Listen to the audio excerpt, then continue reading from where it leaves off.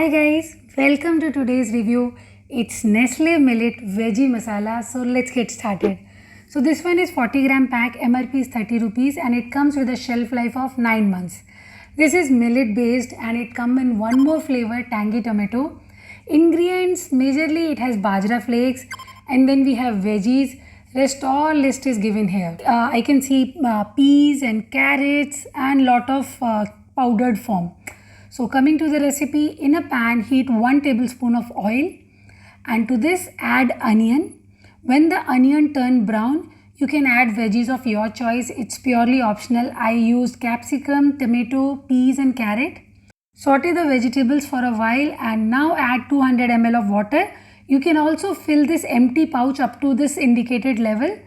And when the water starts boiling, empty masala millet pack in the water. Mix and cook on medium flame for just 2 minutes while continuing stirring it. Sprinkle coriander leaves and serve hot. So here we are. Let's taste this. Okay, so it is on spicier side but it tastes good.